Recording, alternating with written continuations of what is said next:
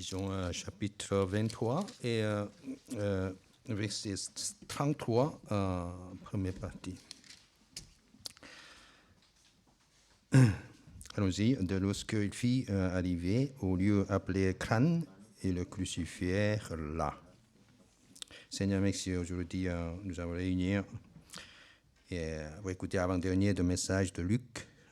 Ouvre nos cœurs, inspire-nous par le Saint-Esprit pour accepter cette grande vérité, l'amour de Jésus-Christ crucifié et pour nos péchés. Merci. Je prie en Jésus-Christ. Amen. Avant de continuer nos messages sur le chemin de la croix, retenons une leçon, un message dernier. Et comme je vous ai cité précédemment, et de Enfin se le dire, le roman de Agnès Rodic, vraiment la trahison, nous avons appris les deux cas de trahison différentes, mais en tout cas la trahison est pour les modernes une banalité. Donc les gens pratiquent comme s'ils mangent du pain. Et je vous conseille donc vraiment, si vous le rencontrez dans vos chemins, de penser que là, il n'y a rien à s'offusquer, rien de s'étonner, et marcher comme rien n'était. Et pour ce sujet, et aussi par rapport à l'actualité de la semaine, il est judicieux d'ajouter un sujet, un épisode assez particulier. En français, savez-vous, le verbe trahir a deux sens. Il y a 2 ans, un homme le plus riche du monde a divorcé. Et vous connaissez son nom. Au bout de 25 ans, il divorçait son ex-mari et donc devenu la 3e femme la plus riche du monde. Cet événement a été provoqué à cause de la trahison de son mari avec une affaire d'amour avec une autre femme plus jeune, bien entendu. Mais la 4e le plus riche du monde, que vous connaissez parce que vous utilisez quotidiennement l'ordinateur, elle a divorcé aussi, mais son cas est un peu différent. Car lui et sa femme ont dit communément, après avoir réfléchi longtemps, et avoir décidé de se séparer. La raison au moins affichée, et qu'ils ont enfin trouvé que le but de la vie est différent. Comment chacun d'un couple trouve que le but de la vie est différent au bout de 27 ans?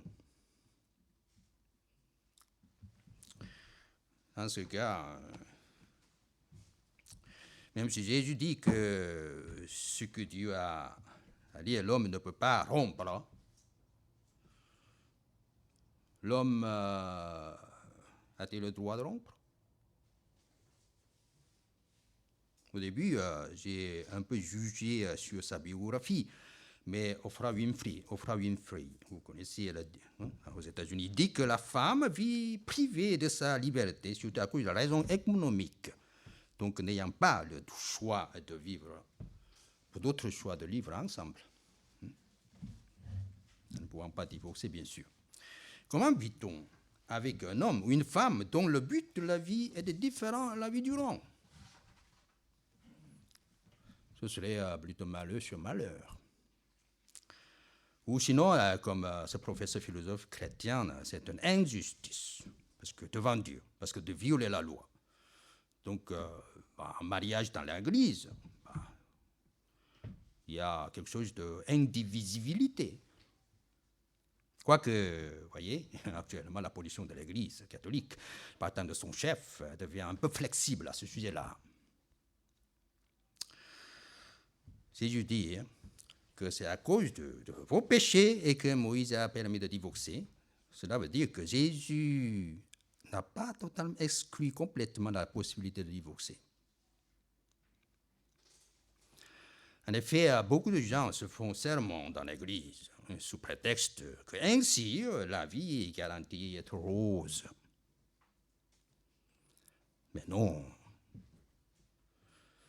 En France, 180 000 personnes, enfants compris, sont upper class. Et par exemple, dans le Bretagne montant, 44 000 personnes nobles, riches, ils dédaignent la profession, les études, etc., car la noblesse doit être des élites de naissance. Donc, ils ne doivent pas vivre dans la régence, ils ne doivent pas vivre dans les... Ils se doivent, pardon, de vivre dans les gens, c'est-à-dire des rentes, un peu comme le comte Monte Cristo à Saint-Cloud. Le cercle n'accepte jamais les femmes divorcées. Et même les non-remariés, et très peu de célibataires, ils sont compris.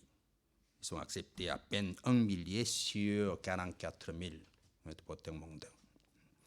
Car cela n'entre pas dans le cadre de traditions centrées sur la famille. La vie en France, et malgré l'apparence libertine, est très très dure. Plus que dure. Eux ne sont pas liés, malgré les cérémonies religieuses pompeuses à Dieu, à mon avis, car il n'y a rien que ça. Il n'y a plus que ça. Pour les chrétiens, je ne sais pas si ce milliardaire que j'ai cité au début est chrétien ou pas, mais il me semble. Mais la différence de but de la vie dans le couple est longtemps endormie et maintenant extériorise, c'est-à-dire trahie. Je vous ai dit que Jésus n'exclut pas complètement la possibilité de séparation. Vraiment, si les deux buts des époux sont différents, n'est-ce pas un attelage disparate dont Paul parle dans Corinthiens?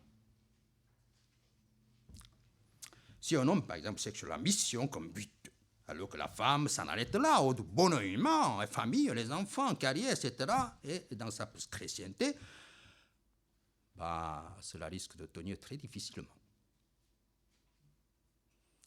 Le but d'un chrétien est unique. C'est de renoncer à lui-même, porter la croix et suivre Jésus comme un disciple. Parfois, excusez-moi, et puis mon message peut être un peu dérangeant, c'est pas grave. Mais en tout cas, c'est ça. C'est le but de la vie humaine. Disciple. Le but de Paul, sa vie durant, était clair. Être en communion avec le Jésus ressuscité, Jésus crucifié, et si c'est possible, d'arriver jusqu'à la connaissance de Jésus ressuscité. Mais dans ce monde, combien de chrétiens choisissent-ils ce but de la vie? C'est une question. Une très sérieuse problématique. En effet, le but de Jésus est marqué. Souvenons-nous, dans le message dernier, sa prière Gethsémane. Éloigne de moi cette coupe, mais ne soit pas selon ta volonté, et pas la mienne.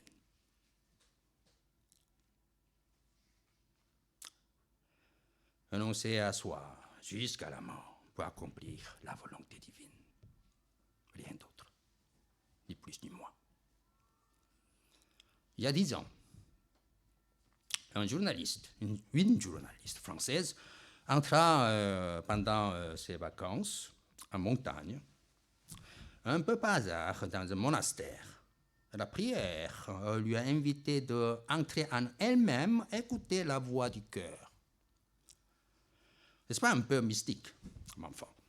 Le défaut des catholiques est de ne pas beaucoup étudier la Bible, s'appuyant un peu sentimentalement dans ce genre de choses. Mais cette femme dit avec justesse un excellent témoignage. Pas tous les catholiques sont des mauvais et des immatures, me semble. Dans certaines manières, je trouve qu'il y a plus de bons chrétiens et que des protestants d'aujourd'hui. Écoutez son témoignage qui parle justement du but de la vie. Elle dit d'abord ces mots fantastiques. Voyez, pour le chrétien converti, la mission est dans son ADN. Et avant d'ajouter, et cela n'est rien atteinte à la laïcité ou le prosélytisme. Je continue de la citer. Ma conviction m'a donné la volonté de ne plus vivre au seuil de moi-même et de la vie, de ne plus survivre collé au sol et à ses contingences.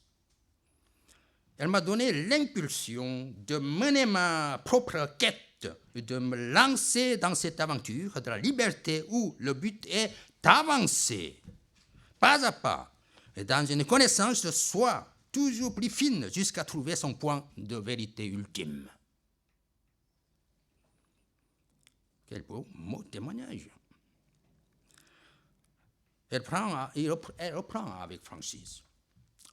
Quand j'ai été baptisé à 20 ans, je n'ai pas signé au bas d'une longue liste de préceptes ou d'interdits, de dogmes et de principes, etc. J'ai simplement choisi de m'engager dans une relation sérieuse avec cette personne, Dieu.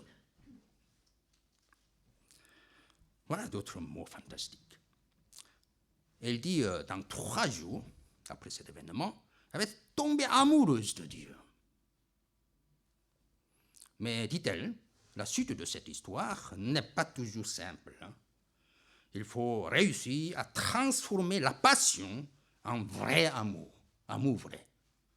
La conversion ou baptême dans son contexte, c'est le coup de foudre, mais c'est un point de départ, non le point d'arrivée de chemin d'épines, rose, plus que rose.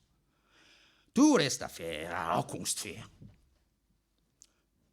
Plusieurs fois, gagné par le découragement ou par la lassitude, attrapé par mon vieil homme qui s'était décloué de la croix et reprenait de la vigueur en me faisant dire « Ah bah, je ne ferai pas, je ne penserai plus à lui et je ne parlerai pas de son nom. » C'est un tiraillement terrible. Mais, comme Jérémie, il connaît la Bible, Jérémie, il finissait toujours par arriver à ce constat. C'était en mon cœur comme un feu dévorant, enfermé dans mes os. Je m'épuisais à le contenir, je n'ai pas pu. Cette femme me semble très heureuse, en souriant toujours dans son interview que j'ai visionné. Entrons, enfin, dans le corps de message. La parole d'aujourd'hui est une grande parole. C'est l'avant-dernier message de Luc. On peut dire que c'est pour ce message que nous avons couru jusqu'à maintenant, presque 2 ans de Luc. Il s'agit de la crucifixion de Jésus. Vous voyez que, je l'ai déjà dit, ce n'est pas une mort cruelle ou la plus cruellement inventée par les hommes, c'est beaucoup plus que ça. Vous pensez que vos péchés un peu banalement, mais c'est beaucoup plus que vous le pensiez. Vous souffrez d'un poids, par exemple, de 10 kg dans vos consciences appelées de culpabilité. Mais ce dont Jésus se charge s'élève 1000, voire de 100, voire 1000 kg. Oui? Toutes les tribulations des péchés de toute l'humanité, ainsi véridiquement évaluées, sont tombées sur ses épaules. Que cette partie de dénouement de l'Évangile vous accorde ce matin une irrésistible grâce dans vos âmes. Première partie, Jésus devant Pilate et Hérode. Chapitre 22, 63 jusqu'à 23, 35. Jésus, avant d'être amené à ces 2 interlocuteurs politiques, fut d'abord amené au leader religieux. C'était la nuit. Interroger un inculqué dans la nuit est déjà quelque chose de solennellement interdit. Mais peu importe pour eux, ils violèrent la loi comme on mange du pain. Si c'est une bonne cause, selon les normes, selon les intérêts, quoi. Ils étaient tous des hypocrites. Ils étaient comme des Israélites, pas d'Israélites, pardon, des Israéliens politiques, après la Deuxième Guerre mondiale, et qui, en apparence, abhorrèrent l'Allemagne, mais en catimini, ils achetaient l'arsenal des armes d'origine allemande. Par exemple, ils achetaient à Prague 25 des avions Messerschmitt et fabriqués pour Luftwaffe, vous connaissez, le Luftwaffe, c'est armée de l'air de l'Asie. Et dans l'usine de Avia, et puis recouvrir les croix gammées d'étoiles de David. Et puis MG42, et qu'on appelait tronçonnage de Hitler, elle fut importée en fraude au sud de la France jusqu'à Israël. Et puis des pistolets Eckle-Koch et furent fournis en masse par la famille de mafia sicilienne. Après l'accord de Paris, où le traité de réarmement fut signé avec les alliés de l'OTAN, l'État allemand envisage de fonder la Bundeswehr et c'est un peu de ministère de la Défense, quoi. Alors, aucun responsable politique israélien n'était pas disposé à négocier avec les nouveaux généraux de la Bundeswehr, tous issus de Wehrmacht. C'est nazi, l'armée nazie. Et avec du sang de main, sans doute le sang juif. Néanmoins, le motif premier de ce refus n'était pas de les scrupules, voyez. Et eux auraient dû plutôt être tentés de négocier, mais il s'agissait de la peur pure et simple dans l'intérieur. La révélation publique d'une coopération ainsi diabolique aurait entraîné des émeutes en Israël et compromis à tout jamais la carrière de l'ensemble des intervenants. Intéressés, pardon. Donc, l'abandon final. Les échines de leaders religieux étaient tout pourris d'hypocrisie. C'est enfante la violence. L'hypocrisie, toujours, arrive à la violence. Donc, il se moquait de Jésus, et frappait, et en lui voilà le visage, et fit deviner qui fait ça, qui faisait ça. Et il tramait beaucoup d'autres blasphèmes. Un petit jour, le collège des anciens du peuple, les principaux sacrificateurs et les scribes et s'assemblèrent et fit amener Jésus devant le Sanhédrin. Ils dirent, si tu es Christ, dis-le. Il lui dit que même si il le témoigne, il ne croyait pas. Il a déjà dit, mais ici, nous voyons que Jésus se donne peine de se témoigner. Désormais, le Fils de l'homme sera assis à la droite de la puissance de Dieu. Puis à la question de tu es donc fils de Dieu, il répondit, vous le dites, et je le suis. À ces mots, il devint furibard. Et le grogne s'était mis à un rogne mortel, en sorte que Jésus fut flanqué par des gnomes. Et alors, qu'arriva-t-il? Jésus dit, qui n'avait que jusqu'à maintenant, tout au long de sa vie, de la vérité, que la vérité, le temple, dans le temple, dans les maisons, et puis dans la place publique.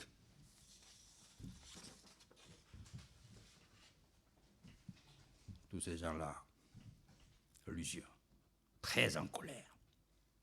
Il était en colère. Hein? Qu'est-ce que la colère?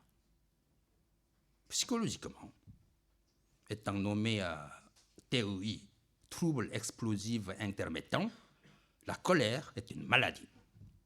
Cette maladie est souvent liée au bégaiement. Ils disaient que c'est une colère pieuse. Vous voyez, une pieuse. C'est pour Dieu. Mais la réalité est tout autre. Dans le dénouement de roman Fleuve, La fabrique des salauds, de Chris Klaus, et Koza Solum, c'est le personnage principal. Koza Solum est un double espion, ou plutôt triple espion. Et ce, malgré lui, il en vint à obtenir la reconnaissance finale de tous les services d'enseignement de tous les pays, KGB, CIA, BND, BND, et même le Mossad, le service de renseignement d'Israël.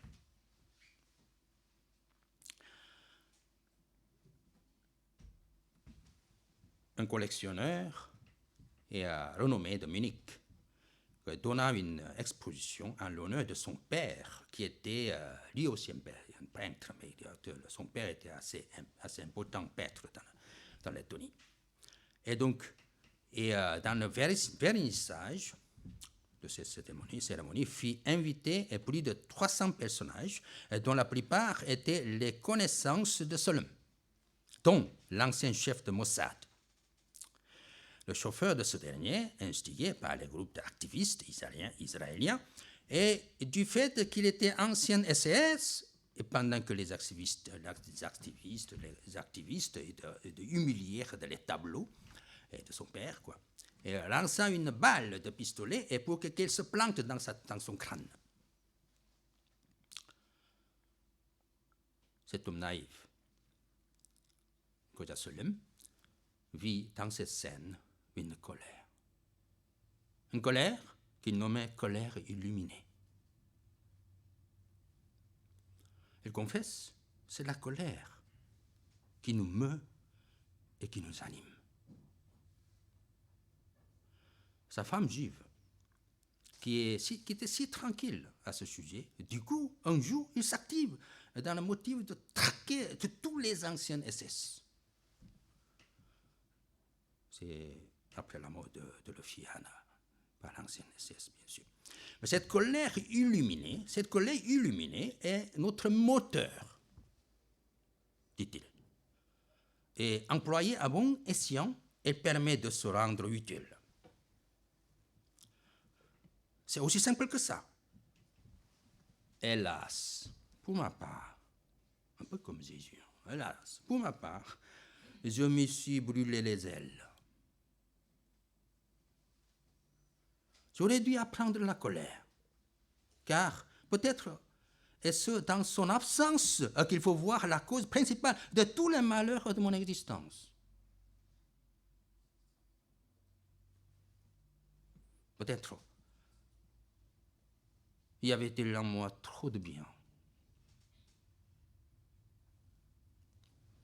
Le manque de colère n'est pas bon pour les affaires. Une petite rime à garder dans le coin de votre tête.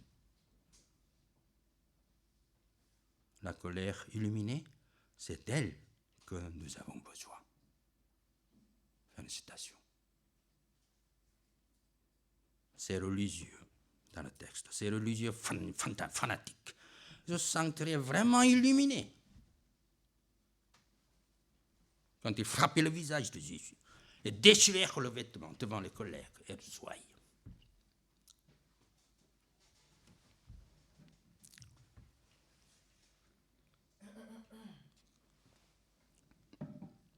Le lendemain matin, il conduisit Jésus devant Pilate. Il accusait Jésus par la tentative de révolte et puis l'appropriation de la royauté. Pilate interrogea donc Jésus. Es-tu le roi des Juifs? Jésus rend témoignage à Pilate en disant, tu le dis. Oh, ces trois mots étaient son dernier témoignage de sa vie et de sortant de sa bouche pendant sa vie. Quand Pilate, en sachant qu'il est dans le ressort de Hérode, et comme Galiléen, il envoya Hérode, mais devant celui-ci, Jésus garda le silence. Son silence est censé être un témoignage de Jésus. Mais il le fit d'une manière ou d'une autre, car il reconnut qu'ils étaient les leaders religieux avec qui il avait fait dans sa guerre de salut. Quant à Pilate, ils n'ont pas besoin de se défendre, mais il le fit quand même, car il était le général romain et qu'il a besoin d'entendre le témoignage sur le roi des Juifs, qui n'a rien à voir avec la politique, mais quelque chose de très purement simple et spirituel. Selon la légende, et justement, et que Pilate envoya plusieurs lettres à l'empereur en vue de défendre un peu de la personne de Jésus-Christ après sa mort, bien sûr. Maintenant, il tente 3 fois de relâcher Jésus, mais en vain. Jésus vit qu'il y a une inconscience avec laquelle il luttait inlassablement, mais chaque fois, il votait en touche. hein, et comme rugbyman. Finalement, il céda, un homme, il céda et puis il livra Jésus. Jésus garda le silence envers Hérode car il était un homme sans valeur, très insignifiant, car il était qu'un animal qui se comportait selon le goût du moment, d'un sentiment et d'une curiosité à l'autre. Et il envoya Jésus vêtu de pourpre à Pilate. Pilate convoqua les principaux sacrificateurs, les chefs de peuple. Il dit qu'il avait interrogé le protagoniste et recueilli l'opinion de Hérode, qu'il interpréta un peu à sa guise. Et il s'avéra qu'il était innocent. Et pour le dernier recours du procureur et pour le relâchement d'un prisonnier, la foule eut déjà un pressentiment et que Pilate aurait relâché sûrement Jésus-Christ. Donc elle cria et de relâche Barabbas, alors que celui-ci était un meurtrier et un meurtre. Donc il était digne de la mort, mais la foule demanda libération de Barabbas. Emporté par la colère censée illuminer et suivant le religieux de leader religieux, elle se mit à crier « Crucifie-le, crucifie-le !» Jésus innocent fut ainsi libéré. Pilate, malgré son inlassable lutte intérieure, étant un homme foncièrement compromettant, ne put résister à la pression de la foule et donna libre cours à la volonté du peuple. Or, de génération en génération, nous avons déjà cité aussi au début du culte, son nom sera toujours mis dans la bouche des milliards de chrétiens et pour se souvenir qu'il avait fait souffrir un homme innocent, Jésus-Christ. Deuxième partie, Jésus fut crucifié et mourut. 26 à 56. Les versets 26 à 52 nous décrivent quelques scènes sur le chemin de la croix de Jésus. D'abord, il y a de Simon de Cyrène, qui revenait des champs. Et il advint qu'il imposa la croix de Jésus, car Jésus, déjà très fatigué par l'interrogation nocturne, est tombé sans cesse à terre. On dit qu'il devint très tard chrétien, c'est Simon de Cyrène, et évangélisant de ses fils, Alexandre et Rufus. À la première vue, c'était maintenant pu être un malheur, parce qu'il devait peiner et porter la lourde croix, mais c'est plutôt une grande bénédiction donnée par Dieu et pour son âme. Et puis voir le visage de Jésus de près, le plus près, en portant la croix, et il devient la première personne témoigne la croix de Jésus. Ensuite, nous rencontrons des femmes qui pleuraient. Elles pleuraient bourrées d'amertume, car si bon Jésus, qui avait guéri multiples âmes de maladies, de corps et de âmes, avait reçu l'arrêt de mort et de la saute, et fut conduit comme criminel à Golgotha pour être crucifié. Les enfants sont les sujets de bonheur pour les mères. Mais le jour viendra où cela devient une peine indescriptible, car le jugement s'abat sur eux. Ce jour peut être aujourd'hui ou demain, mais les gens cherchent toujours le bonheur autour de la famille. Mais c'est inutile. Au jour du jugement, et beaucoup seront tombés, rares seront enlevés au ciel. Jésus dit donc de pleurer non pour Jésus lui-même et l'injustice faite à lui, mais pleurer pour elle-même et pour ses descendants. Déjà, le jugement s'abattait pour la destruction du temple d'Israël en 70, et par le général Titus. Et Israël, après quoi, il se disperse partout dans le monde. À partir de ce moment-là, quatre générations, elles seront vraiment terribles et pour Israël, jusqu'à peu près des estimations de moitié du deuxième siècle. C'est selon le 10 commandements. Il n'y aura plus de malédiction après. un peu comme Shoah du XXe siècle. Ce n'est pas une malédiction. C'est une pure méchanceté des hommes, tel arianisme. Mais le jugement tombera sur toute la terre un jour. L'homme est invité à s'y préparer. Alors, amené à Golgotha, Jésus fut crucifié. La crucifixion, et quoique Mel Gibson fit une sensation avec son film sanglant, n'est décrit que par une demi-phrase. Tous les évangélistes communément ne décrivent pas en détail le fait de crucifixion. Car Dieu veut que cette mort rédemptrice soit un solennel événement qui demande la plus grande discrétion de l'humanité. Aucun homme ne peut vraiment imaginer, décrire de ce qui est cette mort rédemptrice. Comme Ésaïe le disait, il fut percé comme si Dieu le châtiait. Et fit retomber la faute de tous les hommes sur lui. Sur la croix, Jésus pria Dieu et pour son pardon aux hommes. Au premier abord, c'était pour les bourreaux, mais force est de constater que cette prière se dirige à nous, car, comme disait encore d'Ésaïe, nous étions tous errants comme brebis, chacun suivait sa propre voie. Et l'Éternel livra son fils à mort, et devenant semblable à l'agneau qu'on mène à la boucherie, et à une brebis muette devant ceux qui l'attendent. Il n'a pas ouvert la bouche. À cette heure, quand nous insistons sur notre propre voie et sur notre propre justice, Jésus est en train de prier pour nous, afin que nous sachions que nous sommes dans l'erreur et que nous revenions vers lui pour être sauvés. Quand il fut crucifié au milieu des deux brigands. Les bourreaux firent exprès pour l'exposer Jésus à plus grande honte.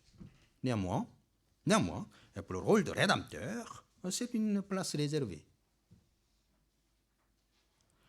Un brigand le maudit et s'en alla à l'enfer, ayant aucun remords de sa vie fautive, jusqu'à qu'il rende son dernier souffle. Mais un autre brigand demanda la miséricorde à Jésus, et il fut sauvé à l'instant, et il s'en alla au paradis.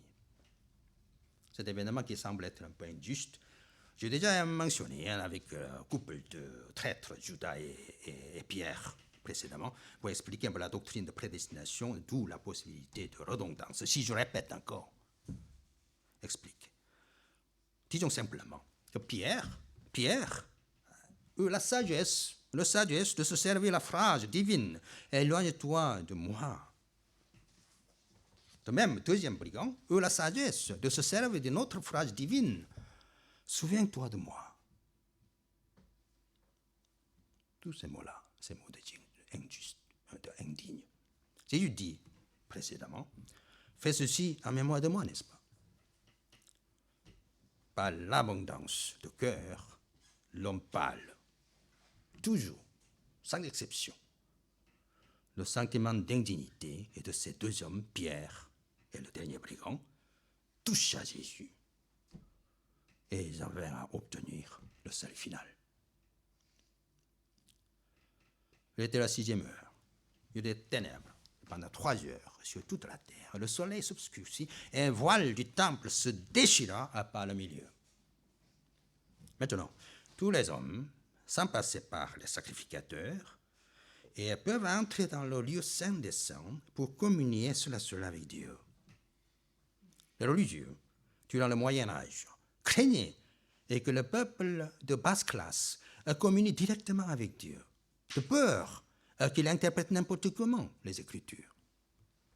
Mais même aujourd'hui, vous voyez, les gens s'attachent au culte en langue morte, de latin, pour ce but. Mais Jésus, mort, démolit toute la barrière pour que désormais chaque homme s'approche librement de Dieu et communie avec lui. Seulement, la condition est que le Saint-Esprit guide leur cœur. afin que celui-ci soit illuminé suffisamment dans le cadre de l'Église, qui est son corps communément acheté. Un journaliste catholique du début du XXe siècle dit qu'il attendit une signature de la Vierge Marie avant qu'il publie ses articles. Mais l'homme doit s'illuminer par le Saint-Esprit et la signature de Jésus. C'est le sens de la tombée du rideau du temple. Par la suite, nous rencontrons un homme, centurion romain. Et il confesse que réellement Jésus était juste. Tous les phénomènes du moment, de la croix, le changement de nature, la nouvelle de la déchirure du voile, et en dessus de la parole qu'il avait entendue, la parole de pardon de Jésus. Et tous ces éléments réunis, et alors il en vient à confesser que cet homme est juste.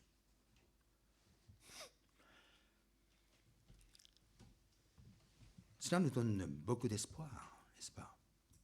Car aucun homme n'est si dur qu'il ne soit pas converti. Comme par exemple ces soldats qui tirèrent le sort pour une pièce de vêtement, en bouchant les oreilles au cri des âmes agonisant sur la croix. Mais si Dieu touche le cœur, ces soldats aussi peuvent être touchés et convertis. La révélation se passe toujours à deux côtés. La nature, ce qu'on appelle de révélation spécifique, pardon, révélation générale, pardon. Et bien aussi la parole, la révélation spécifique. L'homme vit un témoignage de la nature et entendit le témoignage de la bouche de Jésus. Alors tout le mur dressé dans son âme se démolit et il entra dans la connaissance véritable et tu confesses que Jésus est l'homme juste. Et il jouit sûrement à ce moment-là d'une paix profonde. Troisième partie, la mise en tombeau de Jésus, 55-56. Il y a un membre du conseil, son nom Joseph. Il était d'Arimathée. Il était un bon et juste. Il était un disciple caché de Jésus. Mais il manifesta sa foi quand même, et en ne suivant point le conseil des anciens, mais en gardant sa conscience pure et désirant ardemment de la venue du royaume de Dieu.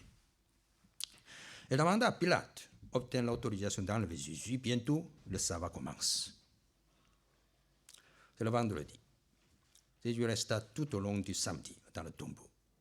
À la 6e heure du samedi, donc c'est-à-dire que le samedi soir, quand le sabbat fit de fermer, les femmes voulaient tout de suite s'y rendre, mais comme c'était déjà trop tard, et la nuit tombant, et les femmes attendaient et que de l'aube de lendemain.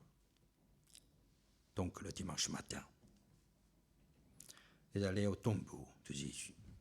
Le peuple célébrèrent le dimanche comme aujourd'hui et pour le jour de sa puissante résurrection. Cette partie que nous allons apprendre la semaine prochaine. En tout cas, Jésus fut enseveli dans le tombeau froid. C'est pourtant un scellement de la mort de Jésus et la préparation d'une nouvelle vie ressuscitée de Jésus-Christ. Cela ressemble au baptême des croyants. En conclusion, Jésus fut crucifié sur la croix, même s'il n'a pas péché. C'est pour que tous nos fardeaux, tous nos poids de péché soient ôtés et que nous devenions ces enfants précieux du ciel. Amen. Que Dieu vous bénisse avec cette parole sainte de la crucifixion de Jésus et que la grâce de pardon, de salut, vous soit scellée fermement. Amen. Lisons à 33. Lorsqu'il fit arriver, on lui a appelé le crâne et le crucifié là. Seigneur, merci de cette parole de grande vérité de la crucifixion de Jésus. Il est mort sur la croix et pour nous enlever de tout le poids de péché, Seigneur. Et nous avons vraiment d'être affermis dans cette grâce et que nous puissions vraiment d'être joyeux et ayant de trouver de pouvoir trouver le seul but de notre vie et